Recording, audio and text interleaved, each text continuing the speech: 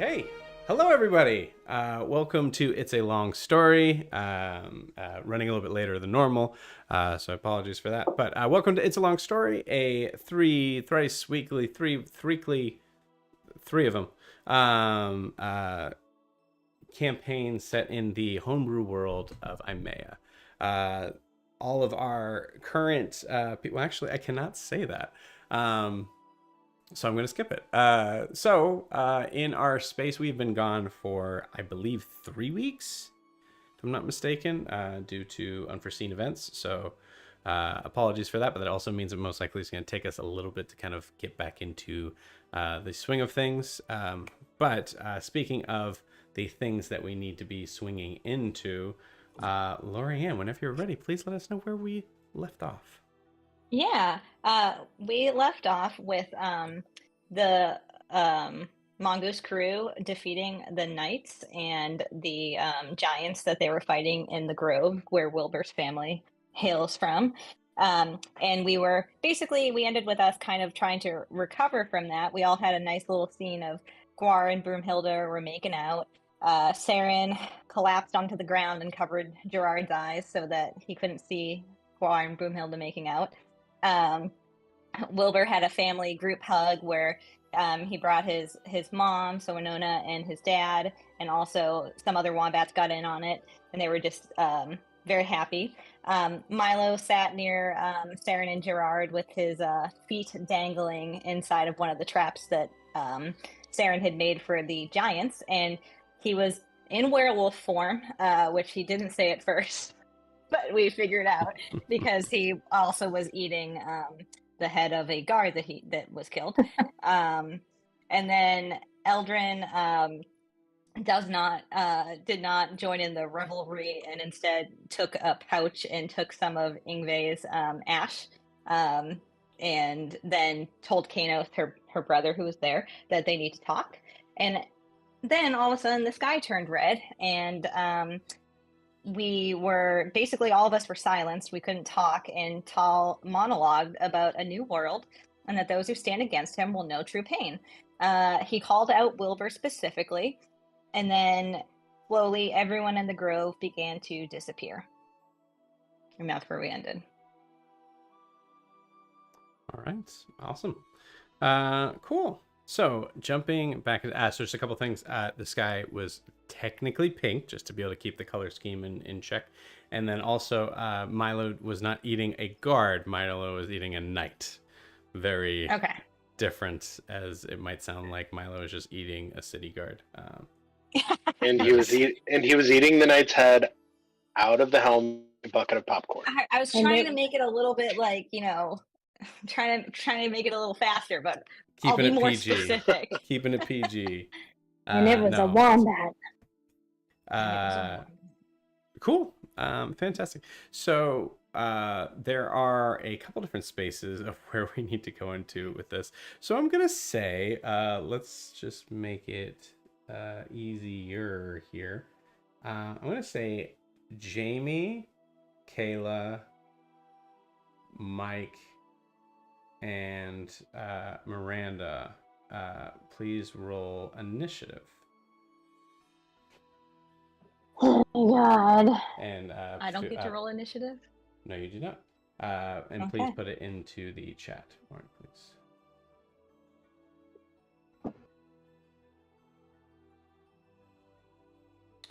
Also, just a reminder, I am currently not able to hear the music, so I'm going to try my best on that front, but we'll see how that works.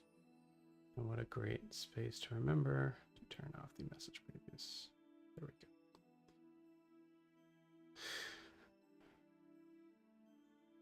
go. Okay.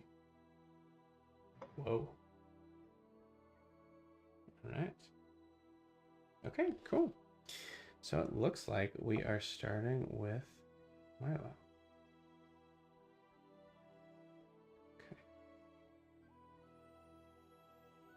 Okay. This is really funny. Okay, cool. Awesome. So, Milo, you you find yourself kind of I've been calling it, for Tuesday's group, I've been calling it just poofing.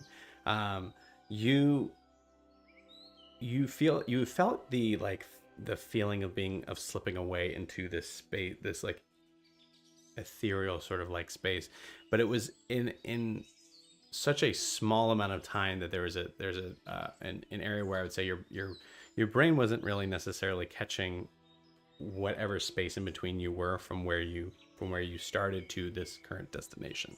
So as you kind of pop out into the scene, I'd say from the camera's view, we just see nothing, and then just a significant just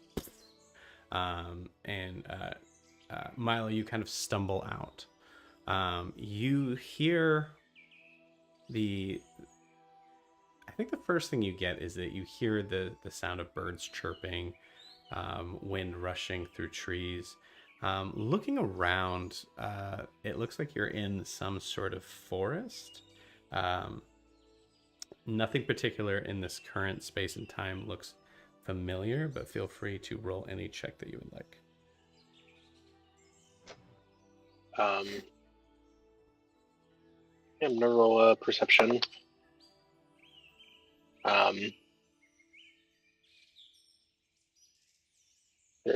24. No, wait, that's not right. 21. 21. Okay. Awesome. With a 21, looking at the foliage from the trees, there is a lot of. Man, you're kind of right on the cusp here. You hear the sound of rushing water in the space that you're probably familiarized with, maybe along the banks of Eisenheim, the capital. So you hear the sound of a distant beach, water kind of coming in. There are some trees that are even actually. After looking in that direction, you see just sort of a small space of blue in between the tree lines, assuming that you are relatively close to the ocean. Go ahead and ask your question. I was gonna ask, it's different, like a different water. Ooh, you're cutting out super bad, like really bad. I was asking a different, like different rushing water than the river near Brunte.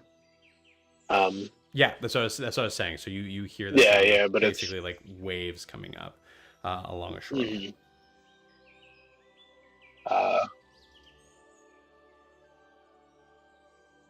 And I guess Milo's gonna walk towards the water. Cool. Walking down like through, you have to kind of pass through some of the trees and kind of expanding through. You're a monk. I'm not even gonna have you roll for this. You start to kind of walk through until you see a clearing of what looks to be a not necessarily like a sandy beach. I'd say more of just like pebbly sort of beach. You can see water in the distance for as far as the eye can see. So you're assuming that you are near some sort of ocean. You would see far off in the distance. You do see two rather almost like egg-shaped land formations in the distance. I'd say probably maybe I would say just miles off. But you do see two of them, and I think you catch yourself just before you kind of slip down the bank that quickly kind of falls into this like pebbly like area. Okay. There's like no one else. There's no one near this beach. It doesn't seem like there's.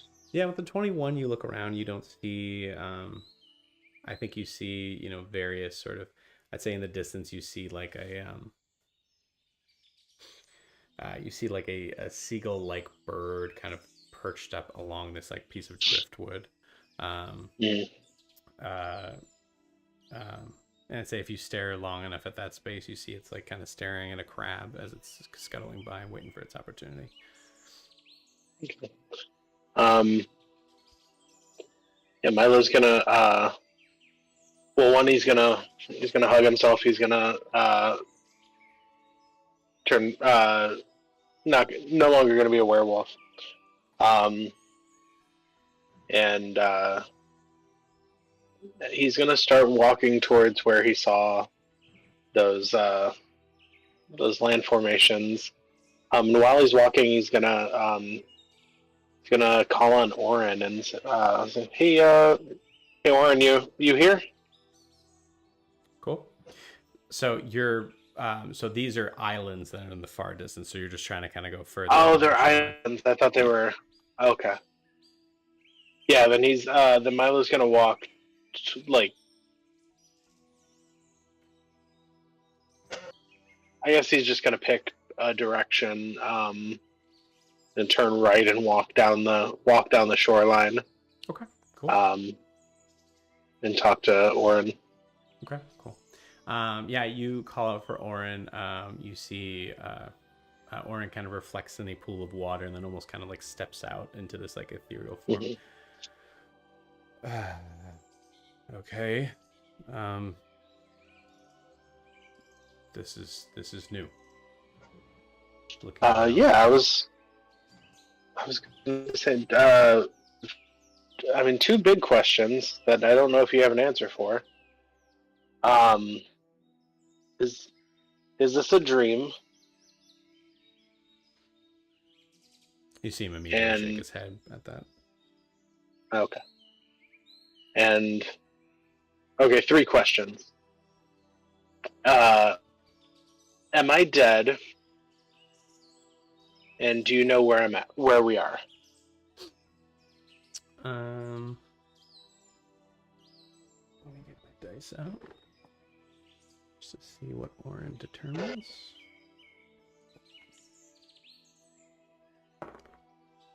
Okay, interesting. Cool. Orin looks around and is kind of studying the pebbles on the beach as he calmly explains to you that you are not dead. Because if you are, you would probably see him in a different space, and he would see you in a different space.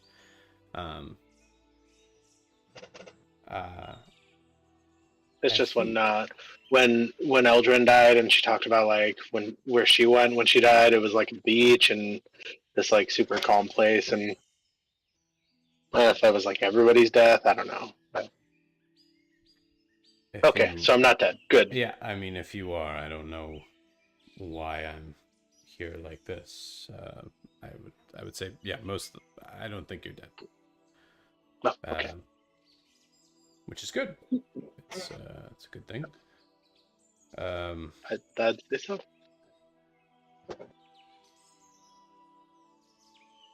The trees look familiar. They're not very different. I have no sense of smell or taste, but it seems like this area should be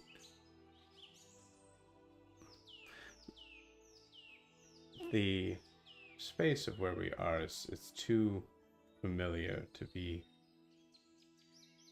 too far away, I believe. In the space of, I don't think that we're on a different continent. Well, that's helpful. I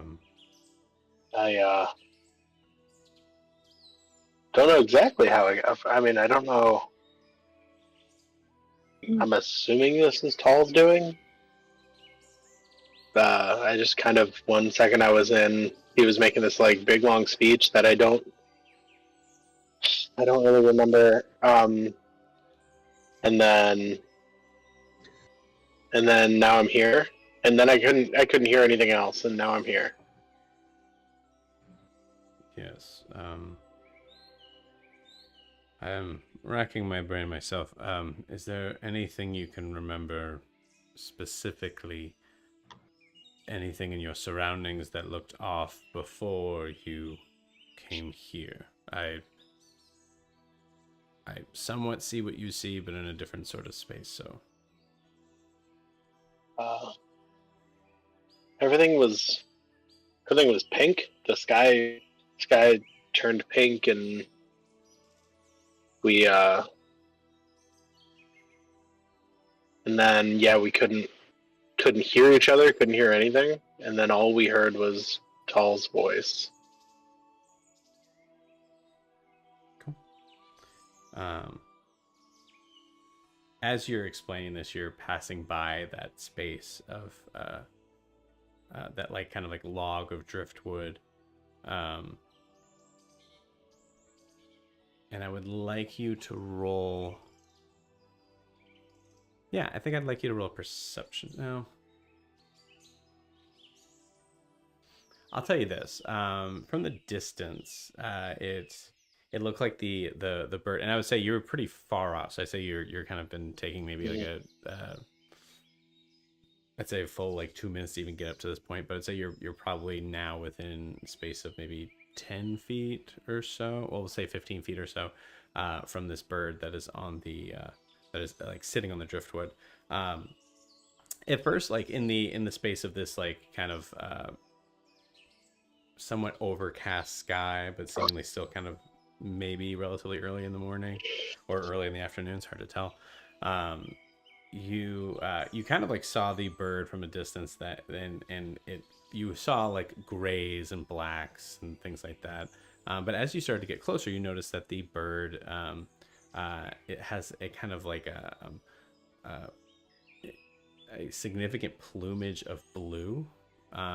It is kind of a bright, brightly blue on the feathers surrounding the entire body, and then just a variation of blue feathers that are kind of coming along this very long plumage that almost touches to the ground. I'd say about maybe 2 feet below it.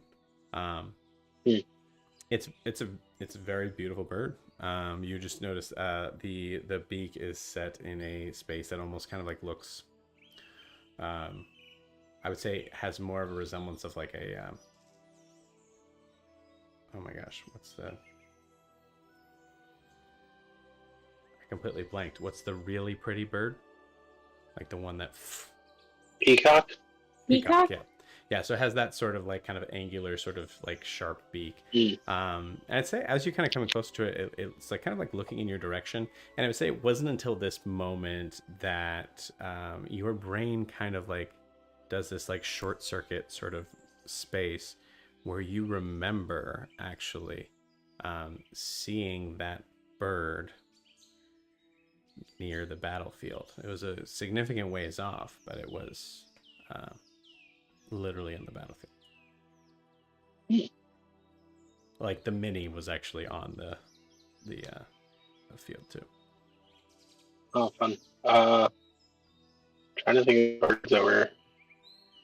Ooh, I didn't hear any of that, man. What the crap? I'm trying to remember that board. Milo's gonna walk over and try and just, hey, did you get brought here? Did you get brought here too?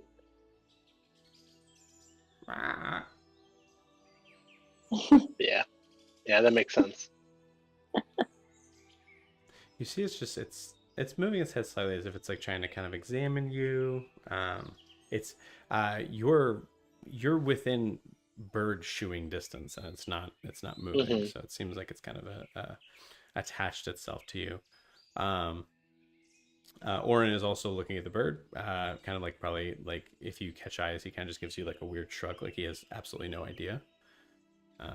Yeah, bird just continues, doesn't respond in any language you understand, but doesn't. I'll say this: feel free to roll an insight check if you want, or if you think it would just be easier just to have this conversation, you could do that too. Yeah. So Milo, as he's like being investigated by the bird, he's gonna do the like hold his hand up and have the bird like check him out, and then he's gonna I'll do an investigation check and I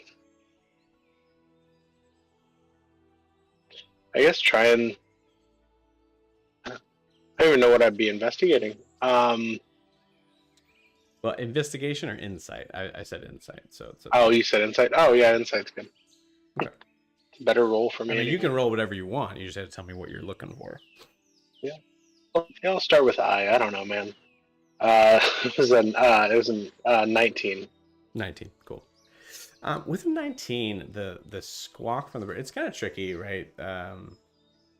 There's you hear the squawk, and it could have been in a response to what you said.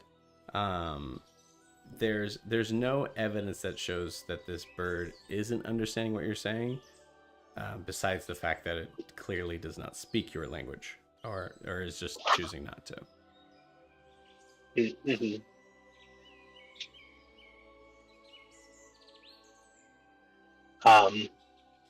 Yeah, so Milo's gonna.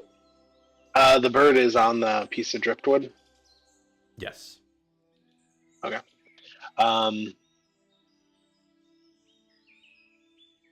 Milo's gonna like sit down on the sand, and lean back against driftwood. Okay. And just say, well, I guess we both got brought here. We can hang out for a little bit, and do that, and kind of mend his cloak a little bit, and try and think about where he is. Cool. Yeah, I love that. Awesome. I think that's a good point to move to the next person, which looks to be Guar, which means that there's also Guar and Eldrin, seeing as you guys Yes. magically rolled the same number. Very cool. Okay. 1 second.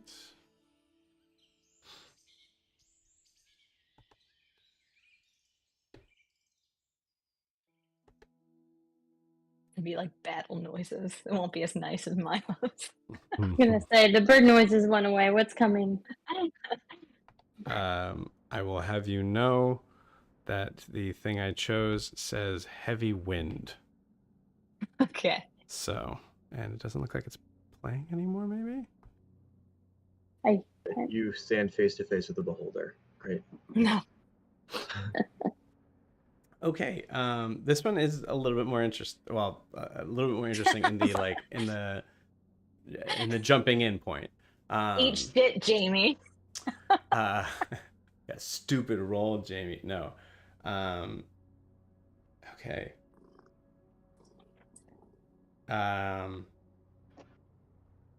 The same thing happens for you both. You feel yourself kind of like into a space where you immediately hear the sound of crowds. You are appearing behind what looks to be these large crates that are kind of like blocking you from view. You guys are kind of just in this like weird sort of in between state of what almost sounds like marketplace conversation, except. And Eldrin, I think you're the first one to notice this, and I don't have your character sheets in front of me, so let's do this just to be safe. Both Eldrin and Guar, can you tell me what languages you know? I know Common, Elvish, and Primordial. Okay. And I know Common, Celestial, and Elvish. Great. Cool. Yeah. So you, this is funny. You both are getting the immediate feeling of like market air, or like you hear the sound of bustling, the sound of like pots clanging together as you're kind of in this weird sort of hidden space behind these crates. You can tell that you're outside. You can feel this like very warm,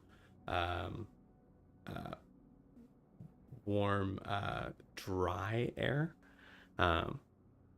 and so again, coming back to the hearing, what you're hearing is a series of what essentially just sounds like squawks.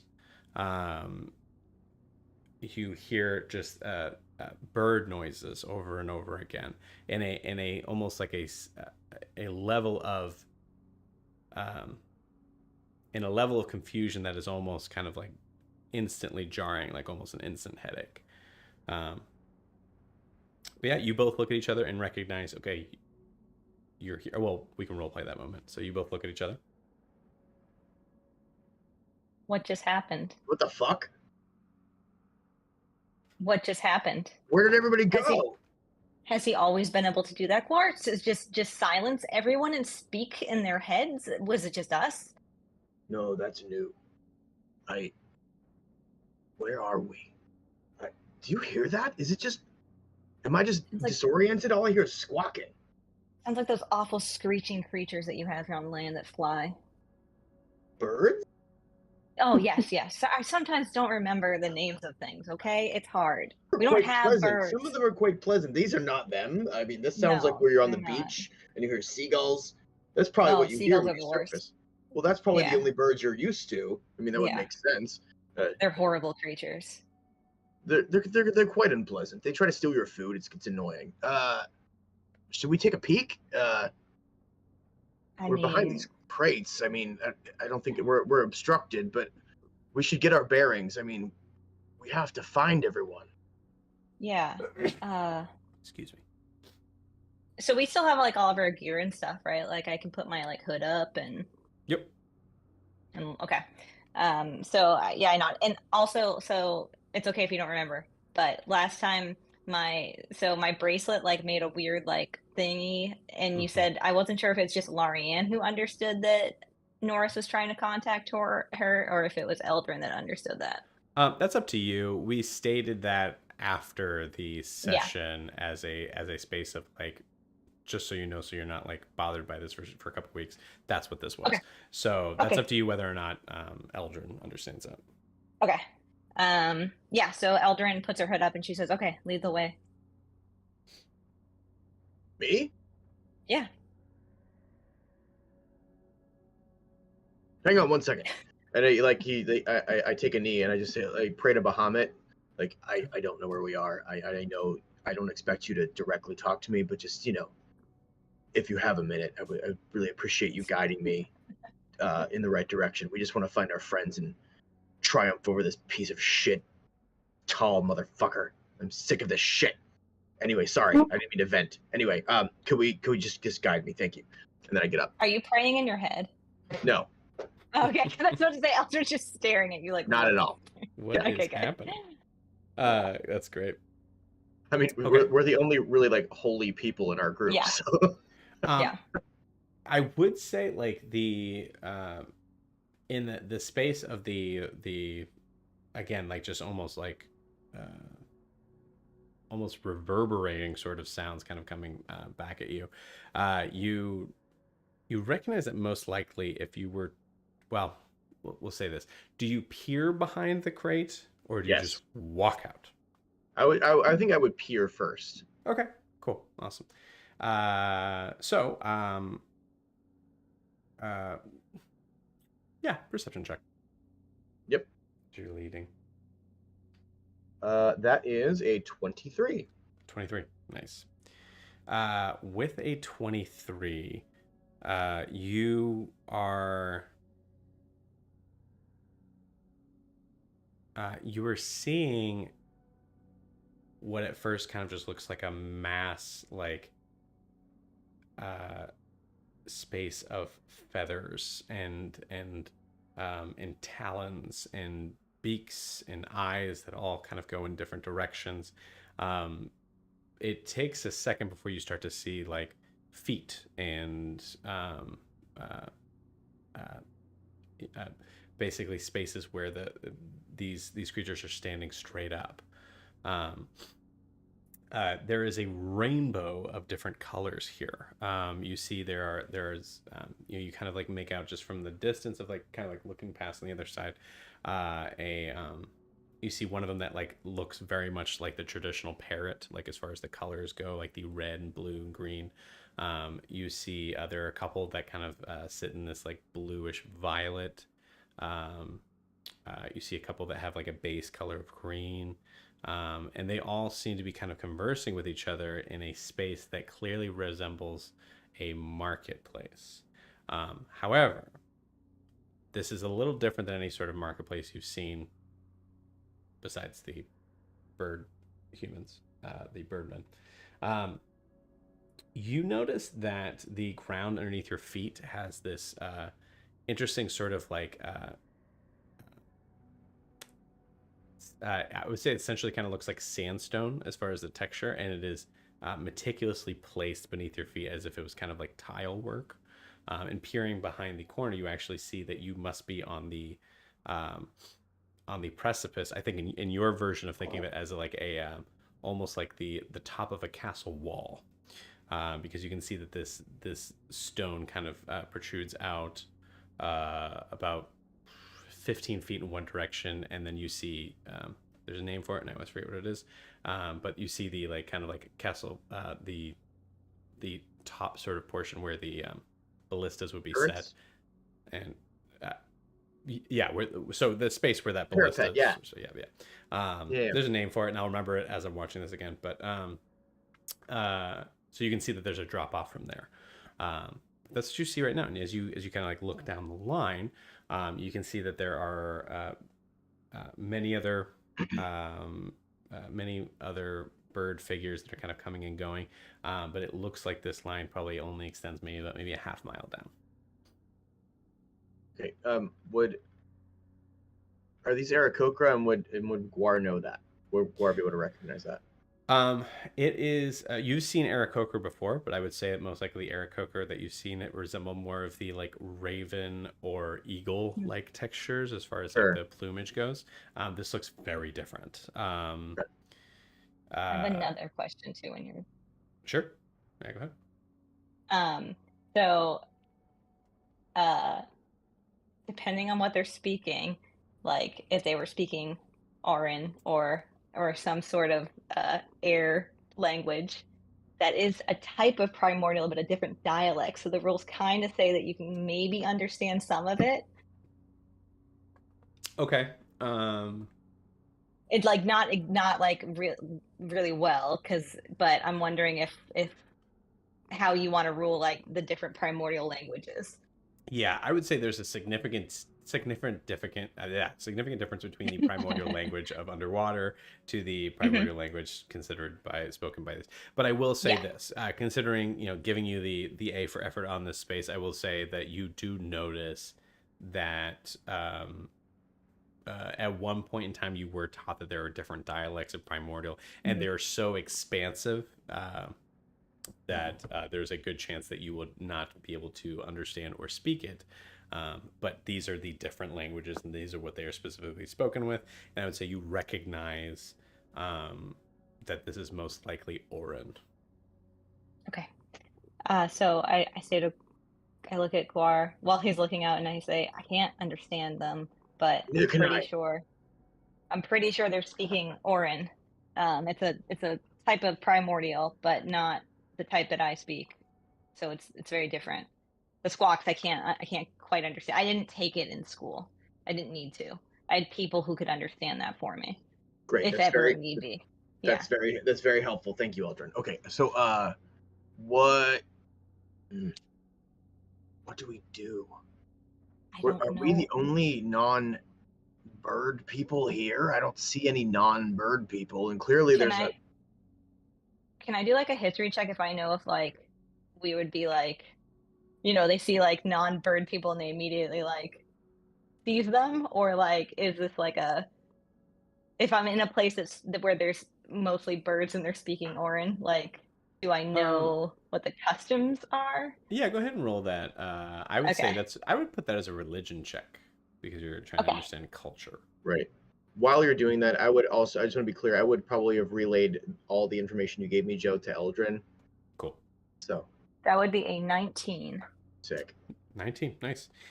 This is weird. I'd say from your I don't know why I keep doing that. Sorry, guys. But This is weird.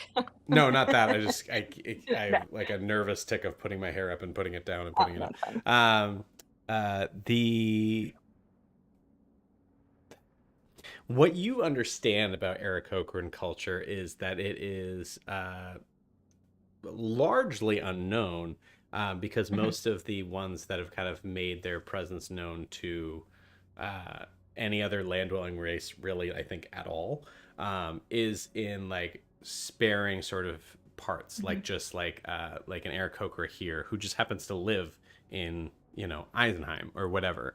But there, you don't see, you might even see a family of them, but you don't see, you've never seen or heard of this amount. And you get, I think you get the feeling with that 19 that you are actually in their home territory, in a space that Plane of air.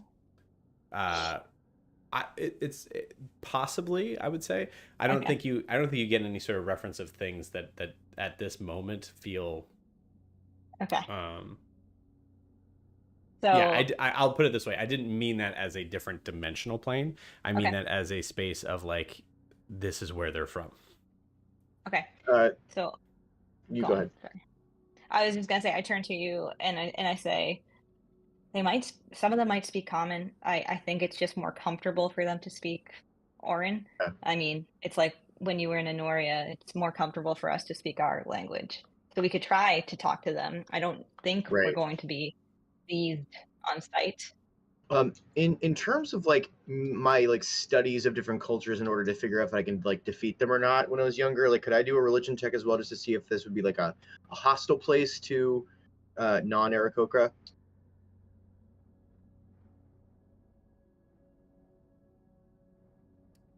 I think I would allow that as an insight check, only because you have no realm of with what go ahead and roll it, but I'm saying with what Eldrin determined, this is new territory. This is not something that is probably typically written in most textbooks. Okay. That is a 17. Okay. I'd say with a 17 insight, boy, they sure do seem aggressive with each other, but it's also the marketplace. So I think there's a space where it may be a sense of like it's hard to tell based on the language of whether or not they're aggressive, but they certainly seem confidently assertive with one another. So, I mean, as Guar would not be super worried about that because he can also be aggressively confident. I would say like just knowing where we need to find our friends and like that's my main objective right now. I would say like I would probably think he would say to Eldrin like, we should probably find a way out of here. Yeah, I mean, my thoughts right now are, can you still disguise yourself? Let's see what spells I have prepared. I don't think I can. Okay. Disguise self should be a warlock spell. It is, but I don't think I have it prepared. Your warlock spell shouldn't be switched in and out. Only your paladin ones. Gotcha.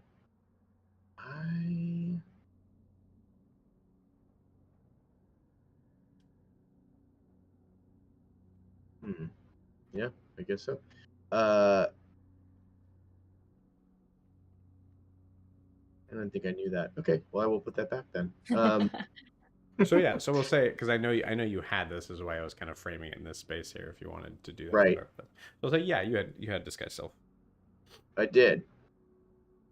So Eldrin says, "Here's my idea, and you can tell me that this is dumb, but maybe I don't know if it'll work because you can't speak their language. But maybe you can disguise yourself as one of them and be my." I don't know, my escort. I am royalty from Enoria.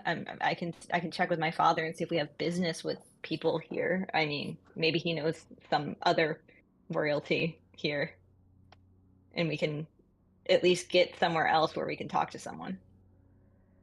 Right. Okay. Sure. Yeah. Yep. Okay.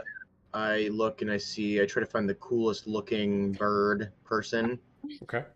He ends up looking like a girl because he doesn't understand the difference between the males and Right. the females. No, I know plumage is good, and that's usually like good for being a male. Male, So yeah.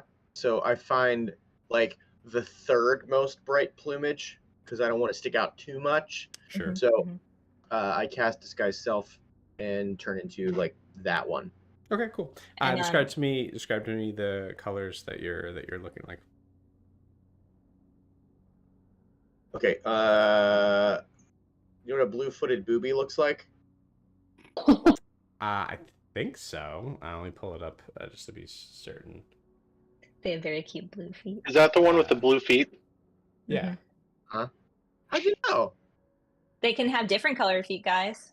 So it's like white with like brown wings and the bright blue feet and like a silvery looking Yep. beak. I was wrong. Yep. Those are adorable. I love I it. was completely wrong. Cool. While he does that, I'm going It was to. either that or a tit. So I'm gonna use my bracelet to contact my father. And oh god, I just realized once again, Eldrin's doing the worst thing ever, not saying I'm okay. She's asking a question. Sure. Because I'm pretty sure I remember you saying you have it written down every time I contact him.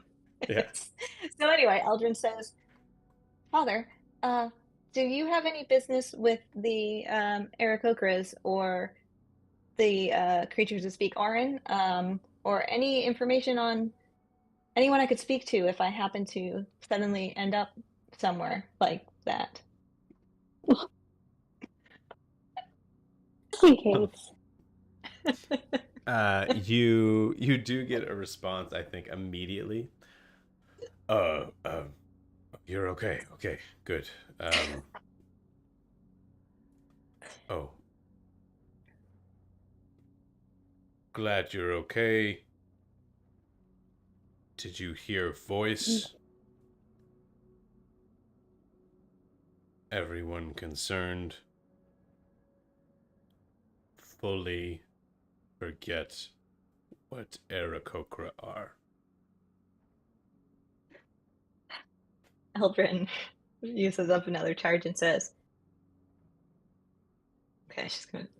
Obviously, I'm okay. I wouldn't have been reaching out to you and asking you a question if there was anything wrong. I didn't think that I needed to. We don't have to get into this now. Aarakocra are like bird creatures that like fly but can I'm sure walk. it stops right Yeah, there. I know. I'm It, sure, it like, stops. Yeah. Yeah. Maybe just bird people. Yep.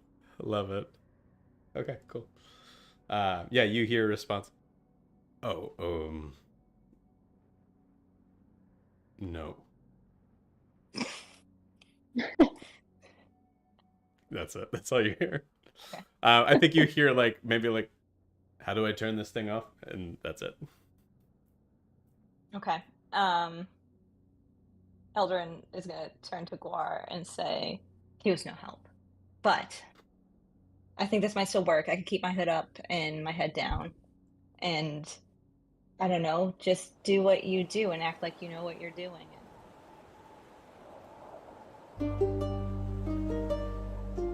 Sorry, give me 1 second. I apologize. I need to fix something here.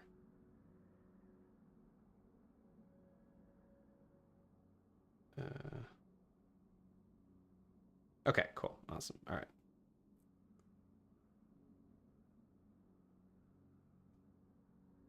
One second. Okay, so it should be back to you guys. Okay, cool. And, Yeah, and then it's back. Eldrin says, I mean, you're very confident, Guar. I'm sure you can do this, but I mean, we can always pretend like you're mute or something. I could just I could just go, "Rah!" and be fine, right? That would. I mean, that might be rude. Yeah. I mean, if you tried to make the noises that you hear when I speak primordial, I would be extremely offended. You do hear something from the other side of the crate just respond back in the exact same way. You don't know That's- what you're saying or promising. There's no silence or anything. It's just like in a Mhm. crowd, someone hearing something and then Yeah. responding to that other person in the crowd. Well, I think we should keep our heads down. I mean, you can keep yours up since you're disguised. And I don't know, maybe try and find like a landmark, a city hall, a palace, somewhere. I think we need to get out of here. I just want to get out of here. I want to find Well, room. I want to get out of here too, but what if we're, I mean, what if we're where the birds live? What if we're very high up in the sky? We don't know. We're very obviously where the birds live. I'm just we Well, need yes, to get. I'm okay. Listen, don't stress me out. I'm trying to help. I'm sorry, I'm stressed out too. You're having this conversation had- while Guar looks totally like a bird. Yeah. Too. And I'm just like, Are you ever not stressed out? yes, I am a very laid back person most days. I Huh? just we just had a very intense battle. I mean, your brother was killed in front of us. The person who killed my brother. Very just, it's a lot to unpack. I would agree with that. I know. I just want to get out of here and just stop it. Yeah, I'm like, stop flapping your wings. I at least know that they're not flapping them unless they're flying. We're walking, Guar. I went off the ground a little bit. That was cool. Oh, you think I could fly? No, I don't think you can fly, Guar. Oh, so I'm like a flightless bird? What's the point? Yeah. So don't let anyone push you off of like any towers or anything. But I think lead the way. I'll keep my head down, and we can find a way out of this. All right, I'm going to go that way because it seems like it would make the most sense for us to get out of the market that way. Okay. I point like directly into the middle of the market. Okay, you got it. Awesome. I would say like the market space right now, from your vantage point of it, again, you're kind of like on the top of a castle wall, sort of from your perspective. So it's only like 20 foot wide. So we'll say like north or south. The direction you were looking was north. Sure. I mean, if the only other option is like off the cliff, off the parapet, then I'm going toward. You're not sure. You only look because I mean like these crates are giant, so you only kind of like peeked around one side, so you can only see one direction.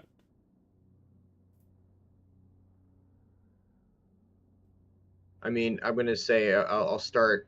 You know, Guar's gonna act as casual as he can for someone who's transformed into a blue-footed booby Aarakocra. So. Okay.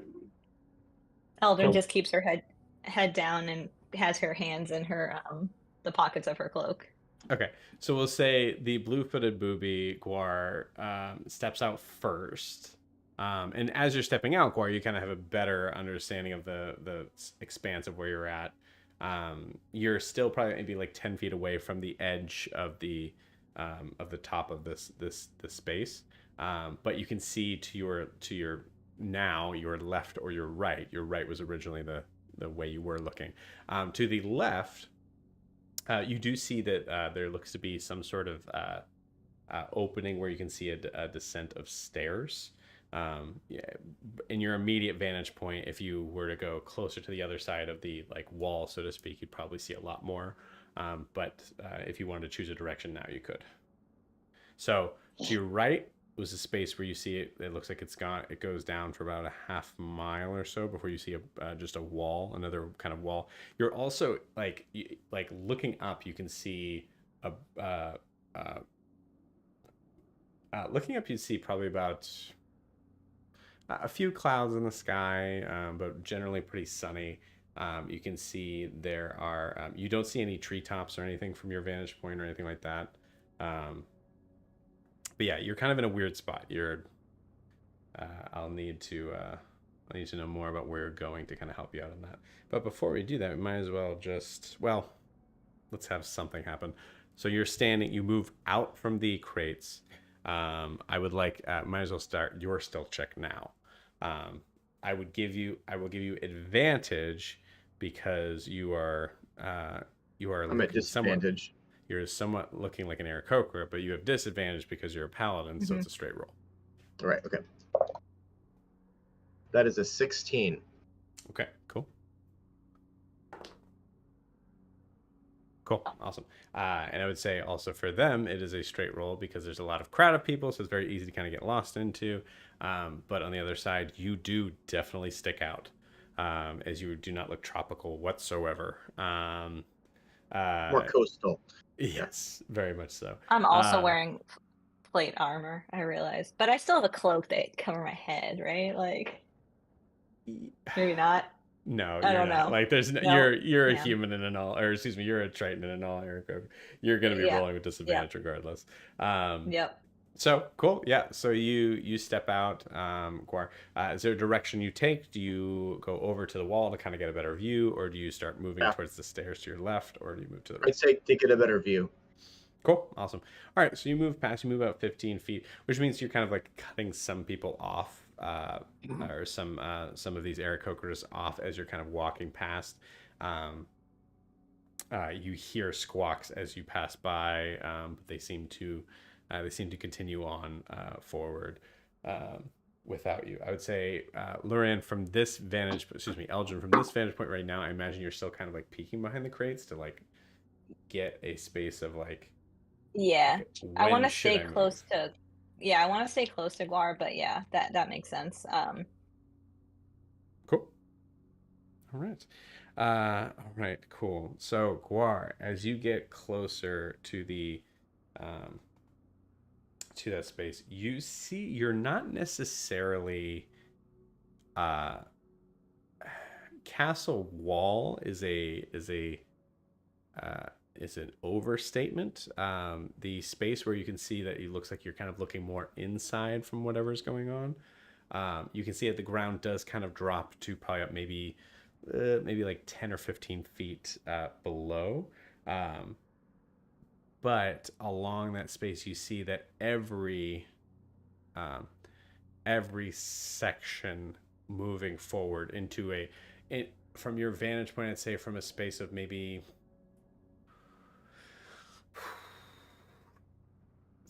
300 feet to your left and right, and then as far back as the eye can see. You see uh, spaces of sandstone that are spread out, but you also start to see that there are different colors. That you see like this deep sort of red that's in a space of design that looks somewhat like a pathway, but also looks to be like a giant like glyph of some sort, um, like a geoglyph like kind of design. Like it's way too you're way too close to it to be able to make out the shape. You can see in the distance, you see another one that looks to be of like a bluish sort of shape. You see these, for the record, I definitely made this city before I went on my cruise. But you see what essentially looks to be like a Mayan sort of pyramid extending out in multiple steps in the distance, probably about maybe a mile away from you. And you can see that there's at least one more behind it. That looks to be even bigger as it kind of encompasses over.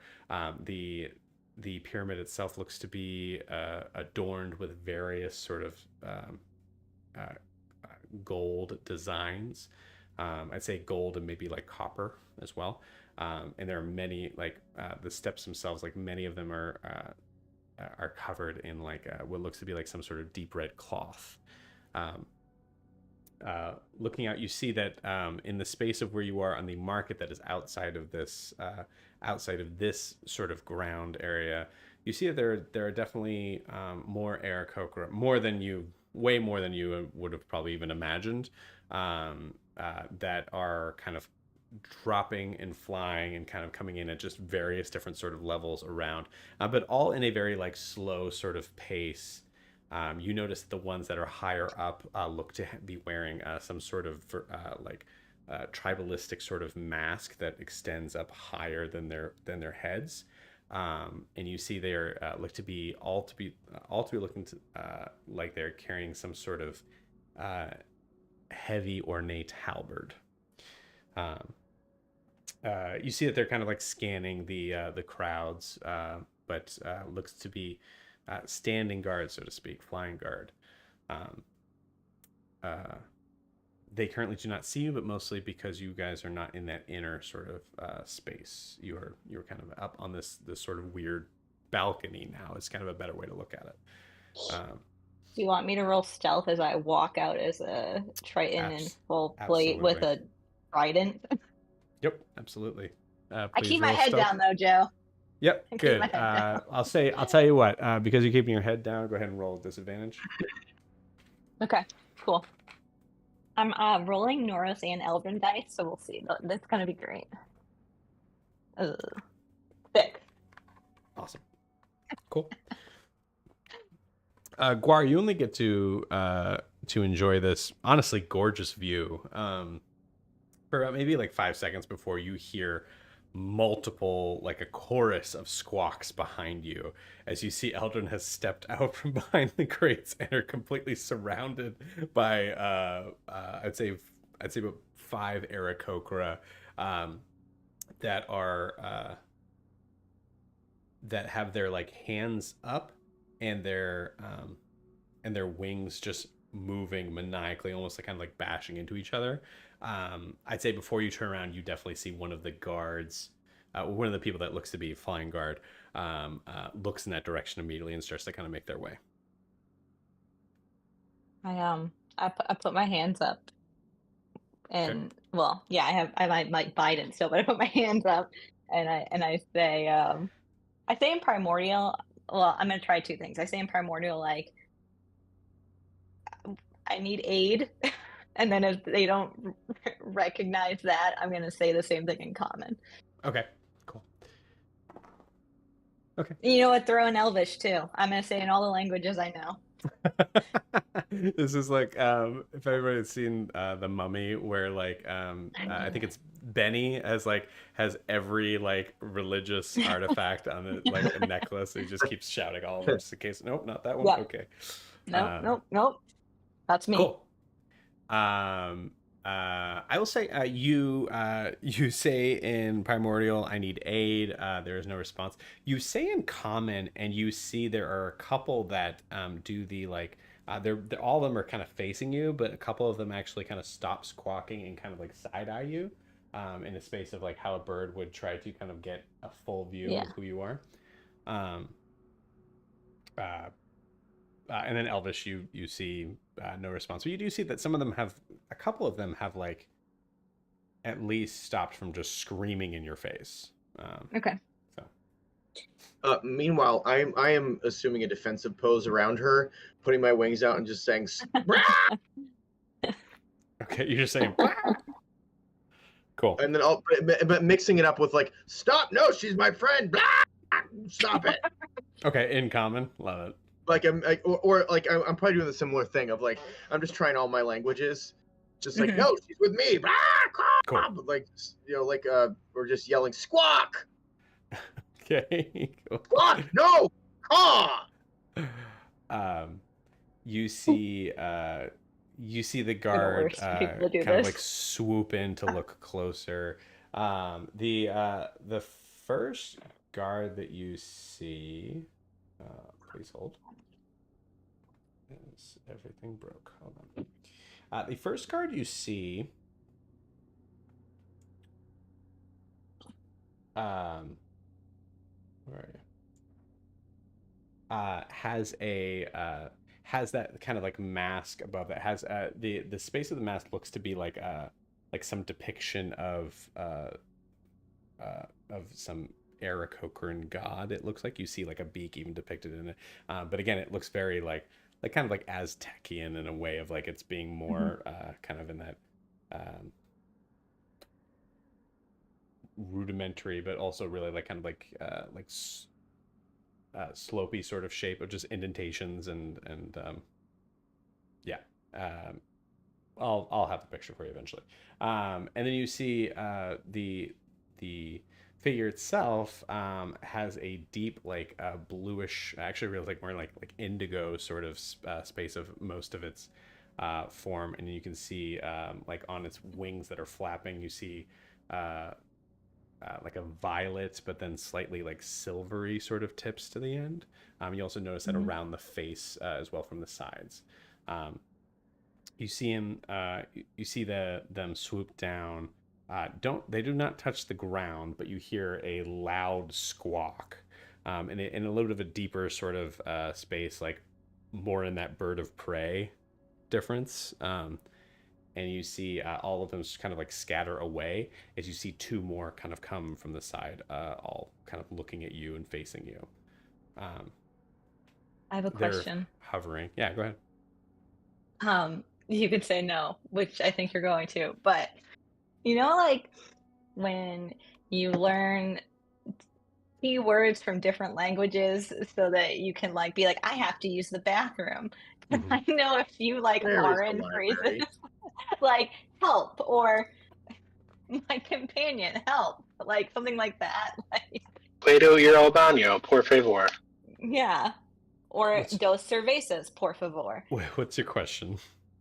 I want to know if I can like say I'm very, very broken, like not good at all, but like say like we're lost and need help or something In like that. Orin? Yeah. No. Mm. Most Okay. normally I would let you I roll wanted to for it, try. but even with that, it's I'd say Orin is one of those languages that I think you have to have a biological sort of structure Yeah, to be able to kind of yeah. speak clearly in it, at least. Aarakocra have trouble with common, I think, because of their yeah. Right. Yeah, Yeah. it sounds hmm very strained. Um, so yeah, so I'll say in common though, my companion and I need help. We're lost. okay, cool. You see that. Which I hope that they hear companion and they translate that wrong and they think that I'm with Guar. Right, of course. I'm Uh, with this bird. you see the middle one that originally saw you over, kind of like touches down and slams the halberd down into the ground, and does the same thing. Kind of like looks to you from the side eye and kind of like peers through, which means that you kind of see um, this very like bright blue eye, with the pupil itself kind of just going in and out, as it's kind of like looking around at you all. Uh, Guar, what's your hit points? Are you bloodied or anything right now? Nope. Okay. I'm at like I think 50 something. So Healed a lot before we yeah, that's true. Got some appeared. scratches though. Yeah. you hear another kind of deeper sort of throated squawk from this Aarakocra to the other ones, and you see another one that has kind of like more of like a deeper green sort of look, goes in to swoop in to grab you from the shoulders with their talons. Oh. Um, I would see that and instinctively just like push Eldrin out of the way. Okay. Just like What's your intention? They're trying to attack my friend. Like, I don't know if it's attacking. I mean, I don't know. I mean, I would say like where I would at least like hold on to her arm or something like that. Because like, what's happening here? Like, why are they coming at us like this? This is I all go full happening royalty very though fast. too, and common. I go unhand me. Do you even know who I am? Okay, cool. And I'm just like, cost walk. So yeah, so you said two different things that are going to have two different sort of reactions. So I need you to tell me which one you're doing. Are you pushing them or her out of the way, or are you trying to hold on to her and I'd say say, hold on. okay, I'd say hold on. Cool, awesome.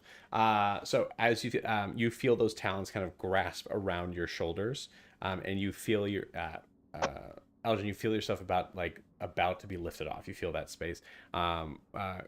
Guar, you hold on in your form, and you hear multiple squawks from the leader, essentially, kind of directed towards you. And they're gonna roll an insight check. Okay, roll a deception check for me. This Oh is man. happening. Eldrin's like, I will follow you wherever you want me to go. There's no need to manhandle me. Nat 20. Did you really? Okay. Yup. Awesome. Swear to God. Sweet. Okay. They well, they're so they're continuing to squawk at you. But I will say they also kind of pick up a halberd and like point it at your face. I would say, I'll give you this with a nat 20. It seems like they still think that you're Eric Hokerin. But the intention is basically you're trying to keep them from taking Eldrin, and this guard is telling you let go. And then I would just say, tell me where they're taking her. You're saying that in Squawk. common? Yes. You say squawk. Okay. Yes. You see, I don't know what a confused bird looks like, but it's definitely this. It's The head going, the tilting. Yeah, there's a lot of the head bobbing sort of thing. And I mean, I would give it to you the nat 20, but assuming that formation wouldn't change even if we extended this out longer, eventually you hear another squawk and another one comes and swoops in to grab you by the shoulders. Okay. Do you allow this to happen? Yeah. Okay. Cool. I believe, if I remember correctly, the disguise self, as soon as the disguise does not work if you were touched, if I'm correct. No, yeah. Like if the shoulders were taller than his or something, I mean, depending on how tall his Eric Hokerin was, it might not hold up. Well, I think specifically like if you were wearing a hat and you went to grab the hat, it wouldn't be there. You can make yourself 1 foot shorter or taller. Okay, cool. So you're fine on that. Yeah. So you see him like kind of grasp at where your shoulders are, miss, and like kind of like come down. And I would say that's the point where you hear a squawk from the one that's grabbing you, and you see some sort of look of affirmation to the leader, the indigo sort of looking one. And grabs you both seemingly through your shoulders from the outside perspective, Gore, and lift you off as you all kind of fly out to the air, extending out closer into the city. And with that, we're going to pause you guys. Very cool. Awesome. Very nice. Okay, so is it Aaron or Wilbur next? I think it's me. Yeah, it's Saren. Okay, cool. All right. And Saren, just to be absolutely sure.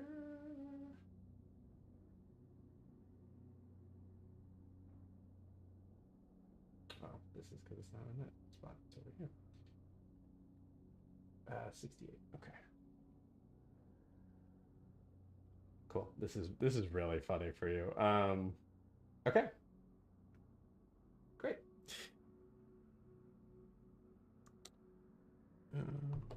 What's that?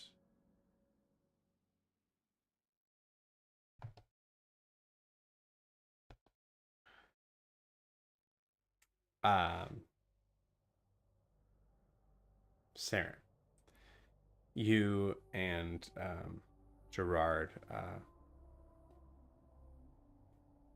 have this space where you hear this same sort of like, and you immediately feel a chill that seems to emanate deep within almost to your bones, as you find yourself instinctively grabbing, clutching your sides, as you notice that you are on top of you're in a snowy sort of landscape, and you can see that there's some like mountainous sort of mounds on either side of you. You hear the sound of rushing wind that's just immediately biting at your face. You can hear Gerard immediately just kind of like let out like a whimper as they start to kind of like move they start to kind of turn their head to kind of look for a space to be able to get away from the immediate wind chill.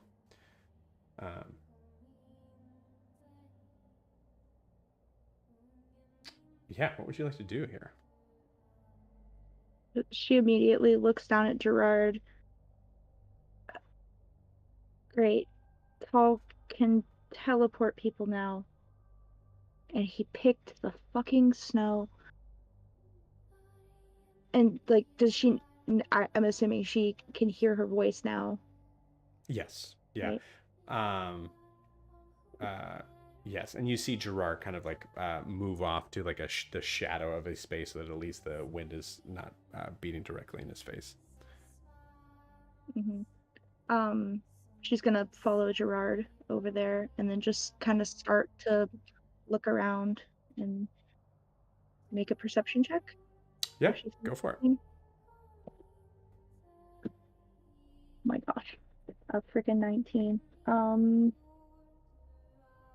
29. 29. Cool.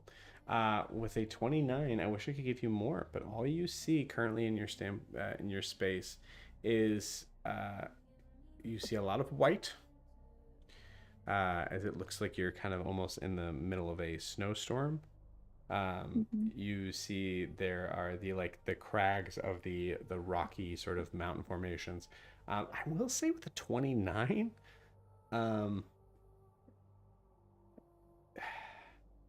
this is tricky.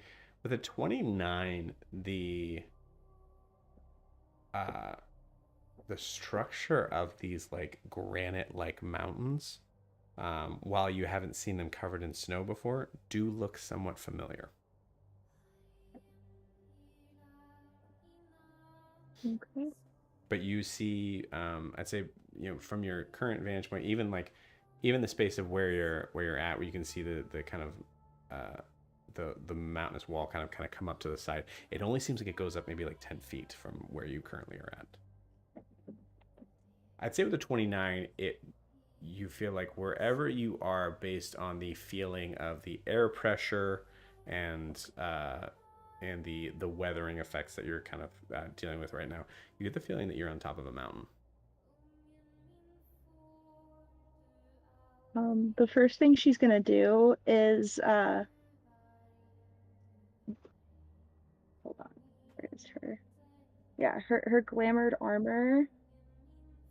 She's gonna like morph it into a coat with like fuzzy lining. I don't know if if she can actually feel the difference. Yeah, I don't think you do, but let me just check real quick. What is the magic item called? Glamored leather? Glamored studded leather. Studded leather.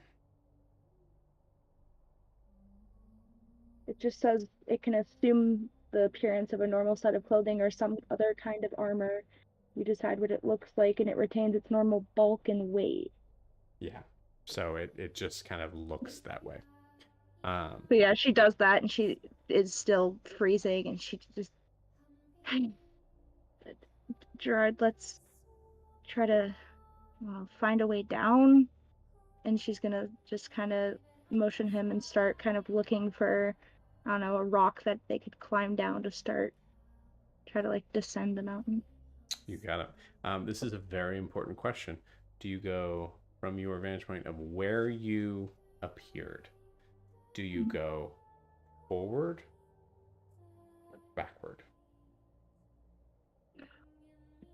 You have no, this is just for my, I don't think you have any clue whatsoever, even with the 29 from where you are, because of this snowstorm. Backward. Okay, you got it. Cool. So as you're traveling backward, go ahead and roll me a survival check, and then roll me your first Constitution saving throw. 19. Nice. And I have advantage on con saves now. Oh, okay, I don't need it. Not 20. All right. 22 con save. Nice. Very cool. Awesome. Cool. So yeah, you find a space where you're kind of like walking down. It's certainly not a path. It's just a natural sort of space where you I would say you definitely feel your foot slip at the very beginning, just enough to kind of give you a hint of like, you're not wearing snowshoes. You have no idea how much how much of this is packed snow or how much of this is new snow. So there's a lot of question marks on this. So you definitely kind of venture slowly, checking your space each time, but you slowly try to make your way down this mountain. And we will pause you there.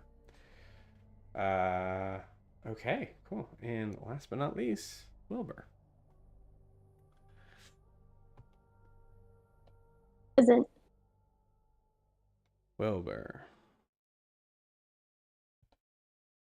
It's bugging me. What's your dog's name? The one that's in your arms. Starbuck. He's being so fucking needy right now. This is That's Starbuck. Starbuck? Yeah. Okay. It was just adorable when he came over with a ball in his mouth.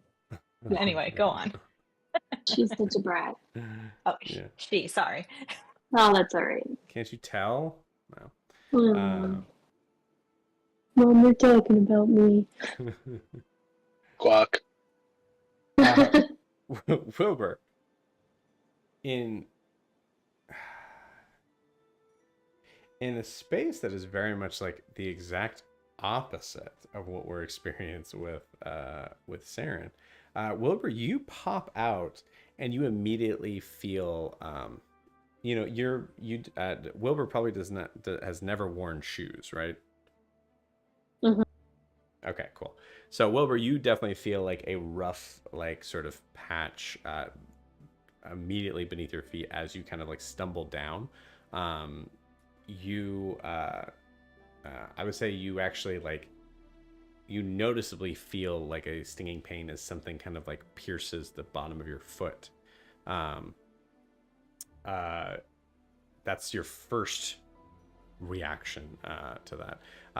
Looking straight down, just naturally, you see this very bright orange, textured, like they almost look like briars as they kind of like connect and like kind of like spread out into a space. And it takes you a minute before you realize that you've seen these structures before. You are standing atop a coral reef. You look around and you see for miles and miles. Let me just check the map to be absolutely sure here. I don't know why I backed up in that. You don't see any land in sight. If it helps, this reef looks to be fairly large, probably about maybe a quarter of a mile long in each direction, and maybe like 300 feet wide, if you want to call that large. So it's you do also see that there's some area that looks to have been like has like these like sandy sort of mounted spaces where it's been there enough that there's some sort of land formation that has like come up even through this reef. Sure. So I'd say, just to kind of give you a point of reference on that, I'd say you probably got about maybe 200 by 200 feet of sand. No trees. No grass of any kind besides the seaweed that seems to have kind of like pushed up along the shoreline. Feel free to roll me any check that you would like. I'm just chilling under the water. No, you're above water. Oh, gotcha. Yep. Let me see here. And I don't see any. Yeah, am I all alone? You're all alone. Oh, that's sad. I think Wilbur is going to look around really confused. Do I have to roll a check or can I do something else? You can do whatever you want. It's D&D, baby. I want to use Wish of Vision and try to see through Eldrin's eyes. Okay, wow. Okay, cool. Do you try to plunk yourself down in the sand before you do that? Yeah. Okay. I imagine Wilbur will makes like kind of spreads the sand apart so it's a little more comfortable, and he just right down on his butt. Cool. Awesome. I will say you probably see some of the scene that will be coming up, but currently in your is there anything you want to do before that, knowing that we would have to move on from you as soon as you do that? Okay. Nope. His first thought is to check in on Eldrin, just to see, because that would give him an idea if she's at least on the same plane, if he can see through her eyes. Does it say it has to be specifically on the same plane? Yes.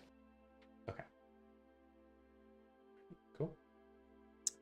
Yeah. So I will say you cast that, you plop yourself down in the sand, you immediately feel sand on your butt. You just got the sand out of you. Just got it out of you. And you, I just imagine your eyes go completely white as you slip into the vision of Eldrin. You see these very large structures zooming past at a very quick speed. You can see that your whole vision kind of becomes, there's a point where you probably get a little seasick because your whole vision kind of sways back and forth slightly, as you feel the sensation, as you see the sensation of Eldrin being carried through the city in the air. And I think with that's a good place of any. I think that's everybody. We're going to take our 10-minute break, gang. So I'll see you guys in 10 minutes.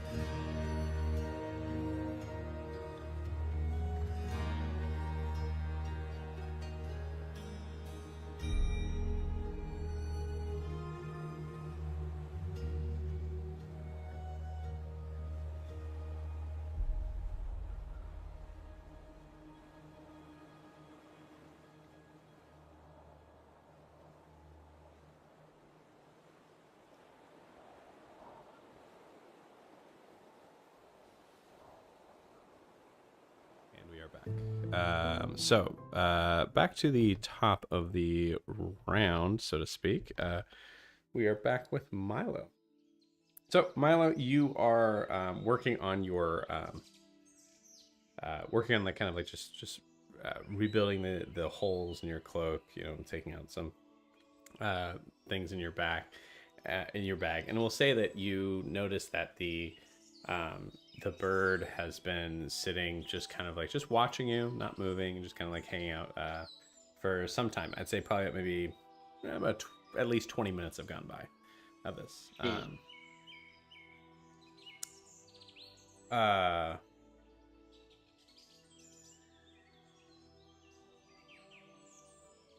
At a certain point, you hear the sound of the sound of feet stepping through these pebble sort of rocks. You hear the sound of like that crunch as you assumedly turn around to see a figure kind of walking towards you. Please give me an insight check.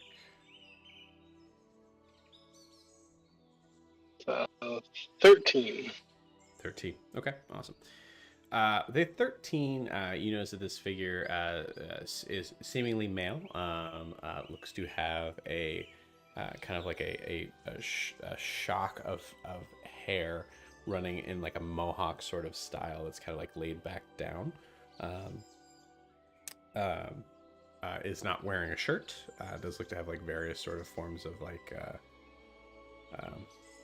I wouldn't even say armor. They look more to be like kind of like just spaces that would block like a small amount of like bludgeoning damage thing. It doesn't look like someone who's like geared up for a fight approaching you. Looks to be fairly tall, probably sitting around maybe like 6'1", 6'2". Noticeably with the 13, you can see even from the distance, and we'll say they're probably maybe like 30 feet away. You notice that they seem to be very pale looking.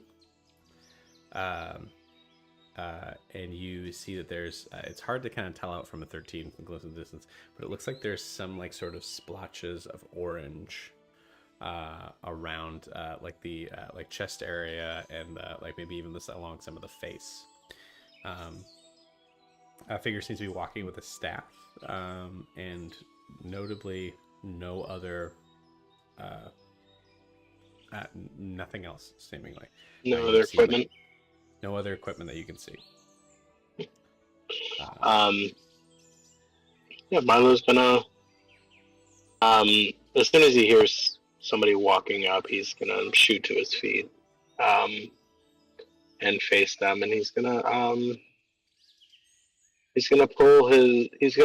start walking with his quarterstaff, kind of like a walking stick, weirdly large walking stick, towards this person. Okay, cool. So you're Gandalfing towards this person. Got it. Yeah. Cool. This person does not say anything from a far off distance. So assuming that you don't also, you kind of, there's just a weird like sort of scene where you both kind of like meet in the middle here.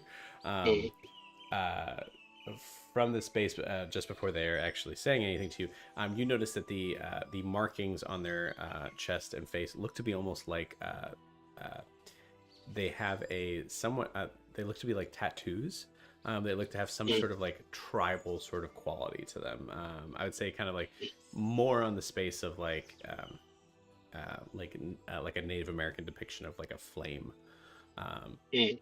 But you see it kind of marked on his chest and see like the markings of like almost like a what is it, a flume of flame that kind of like comes down to the side. You also notice from this vantage point that it does seem to be almost flickering. Like the tattoos themselves seem to also be moving as if they're magical in some way. The shock of hair is a bright orange. I think I'll check that just to be certain, but I'm pretty sure it's a bright orange. You do see that there is there's like clasped to his back a kind of like a long sort of it looks like probably a cloak, but the hood's down, so kind of in this point, and especially with the wind kind of moving, it almost just looks like they just have a cape. As they walk out towards you, and hello. Hi, my name's Milo. What's your name? My name is Kavish. Milo, nice to meet you. And kind of grabs your hand from the arm over to kind of shake like that. Nice to meet you. Sylvestra said you were troubled. Or excuse me, Celestra, not Sylvestra. That was Kat's character in at camp. That's funny. So, yeah. Is Celestra the bird over there? Yes. And you see the bird kind of just switches direction, so he can kind of just like eyeing you both. And Milo's gonna thanks, Celestra. And turn back to Kavish. It is Kavish, yes. Yeah, I'm so bad with names. Milo doesn't know that yet, but yes, this is Kavish. Wait, no, he said his name is Kavish. Oh, he did say Kavish. Oh, never mind. Yeah, you do know that. Then I'm not. Yeah, Milo asked. And so yeah, you could say I'm troubled. I don't know where I was. But I wasn't here. I was in a grove, the grove, and then all of a sudden I popped onto this beach. I see. Well, you're not very far off. If you want me to help you go back, or was there a reason why you're here? I assumed it was a sinister reason why I was here, but I mean, it's kind of nice. Honestly, I don't know. I'd like to find my friend, but I've just no way of possibly doing that. I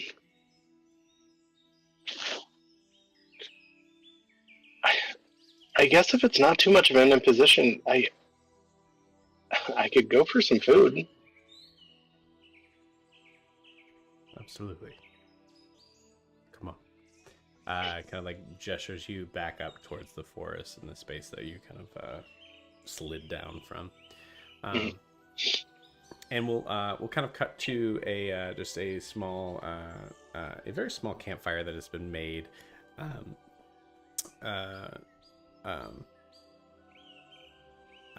You see noticeably it is in a space that has a significant distance away from any trees. You notice that the fire seems to be specifically actually very small in a space that looks to be like most likely more for cooking for food, maybe, right, and nothing else. You also notice that Kavish just kind of like snaps his fingers, and it kind of comes up. And he kind of like he has his back sort of facing to you, and you notice from this vantage point that actually most likely Kavish actually has darker skin. The spaces where you see all the white skin looks to be like in a sort of painted Indian sort of style. As you see like the like wrinkles between this space, you see like a darker skin behind it. Sure.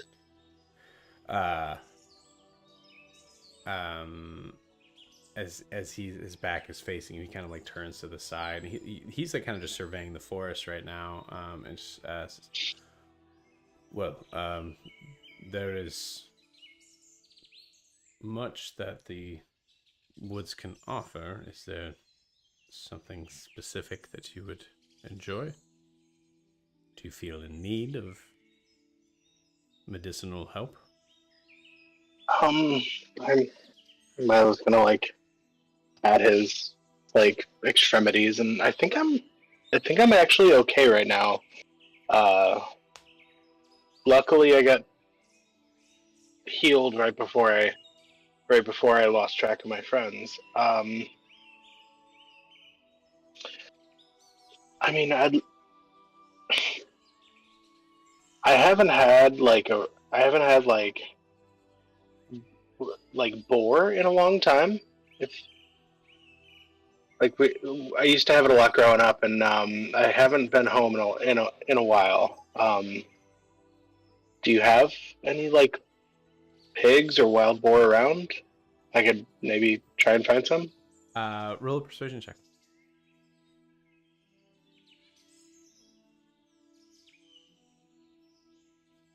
That is a 14.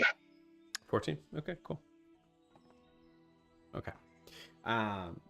He says he kind of like turns towards you, like has like a kind of expressionless face. Let's see what I can do, and he just walks off into the forest, leaving you to this fire. I'd say the only thing noticeable about this space is you see.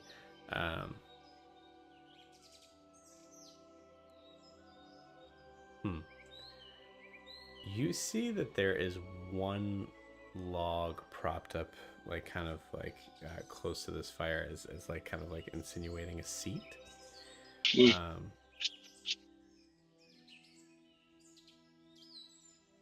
Actually, no. We'll kind of back that up in this because that would be too confusing to even mention. You see that there's two. Actually, you don't see anything else that's like symbolizing any sort of campsite stuff besides this fire that is. And I would say about an hour goes by. And you see Cavish just coming through the woods. Full. What are we doing? What's happening? Lorian's lights went out, so we were waving for her. Oh, okay. You see Cavish, and whether this stirs something in Milo, I don't know, but it would stir something in me as you see this dude just fully carrying a boar on his back, walking through the woods, shirtless, and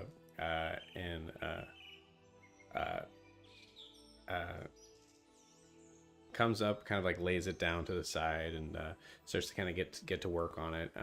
And I'd say, like, if you're staring at any point, he would say, he would kind of look at you and go, "It's okay. I thanked it for its meat." It goes back to its work. Milo's gonna get up and try and help Cavish. Okay. Just as a like, Mike, stop. As a way of saying, like, I know that this was a big ask. And as he like starts breaking down other parts of the animal, he's gonna say, "So there's no is it just you out here? Do you have like a village?" Oh, well, now there's us.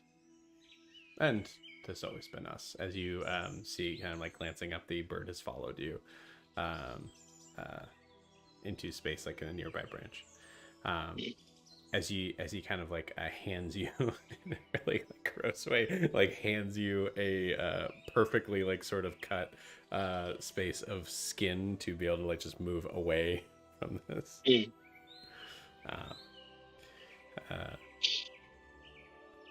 But no. I spend most of my time roaming. I guess it's fortunate I found you, or you found me. I would say neither. Then again, just kind of looks up. I was gonna like keep an eye on Celestra and like because it seems like she's powerful than the initial squawk led on. Yeah, you can roll something on that if you want to check something with that. Uh, Or if you don't think Milo would, All right. go ahead. Yeah, I don't think Milo would. I think he's taking this to mean, well, yeah, I guess there. I don't know if there's any way I would know, but I guess an insight, trying to see, or investigation, trying to see if there's like. I guess Milo would be wondering: is there any way this bird brought him here? Interesting. Okay. Cool. Yeah, I think that's an insight check, actually. 18. 18. Cool. With an 18, kind of staring up at this bird, you get the feeling that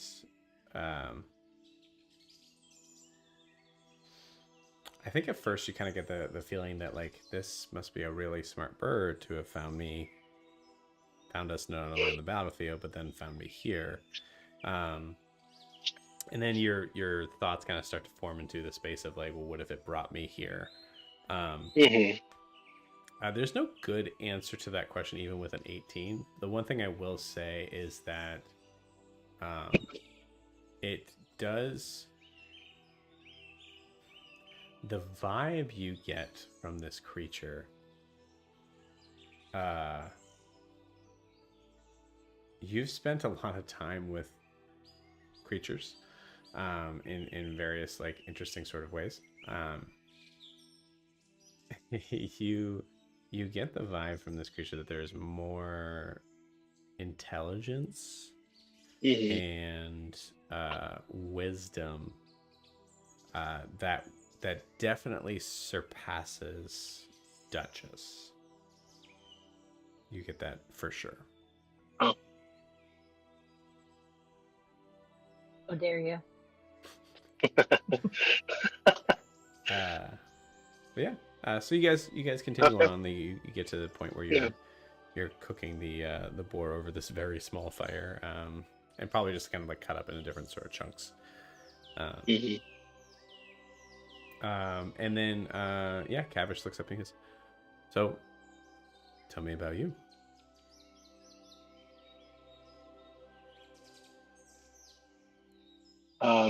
Well, I was born. I don't suppose you've heard of Brunte. I know you wander, as you said. Not familiar, no. I am from it's a small little river town. South of where I was, and he's gonna fully point north. Okay. And right, my survival's trash, right? Nah, it's not bad. I mean, it's your character, man. If you want to say like directions, it's just not something Milo's good with. That happens. And he's gonna. He doesn't correct you, notably. He's gonna talk a good bit about Brunte, about I'm the son of a tailor, and ended up on this adventure, and as we've been following our trail, we've been also following this enemy Tall, and kind of culminated in a real big fight at the Grove that I'm sure Celestial. I think I recognize you from there. Cool. And he's gonna say, and it was pretty intense, and now I'm here. We spent some time underwater with a fish lady friend of ours. spent some time in some cities that were got pretty dark for a little while. But I welcome the hospitality here. Sounds like quite an adventurous time for a son of a tailor. You could say. Oh, and I didn't even tell you the weirdest part. And Milo's gonna transform. Okay. This happened. Okay, cool. You do that. I think as Milo, you like forget how menacing and intimidating of a form that is. Yeah. You also so there's probably like an immediate like, ooh, sorry, like sort of like thought that goes in your mind. Yeah. But you see this may be the first time I think ever that you have turned into this creature and have not been met with immediate fear or anger or like negative emotions. You actually see a very big smile on Cavish's lips. So. Interesting. I admire the form. Thanks. I made it. And then he's gonna transform back and say, so yeah, it's been he doesn't have a watch. He's gonna look at his arm, and it's been an interesting